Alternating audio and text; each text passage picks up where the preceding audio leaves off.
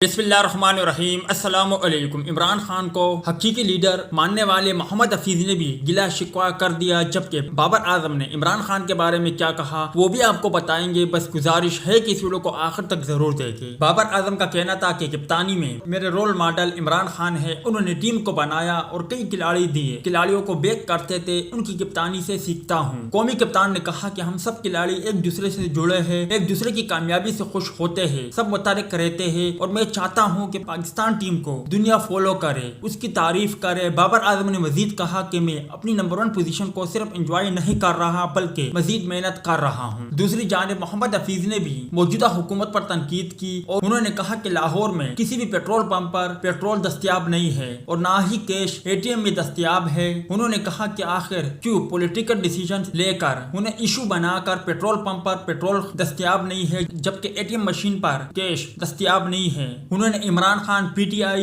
CM Shahbaz شریف، مریم نواز اور زرداری کو یہ ٹویٹ ٹیگ کیا۔ ویڈیو اچھی لگے تو اسے لائک ضرور کریں۔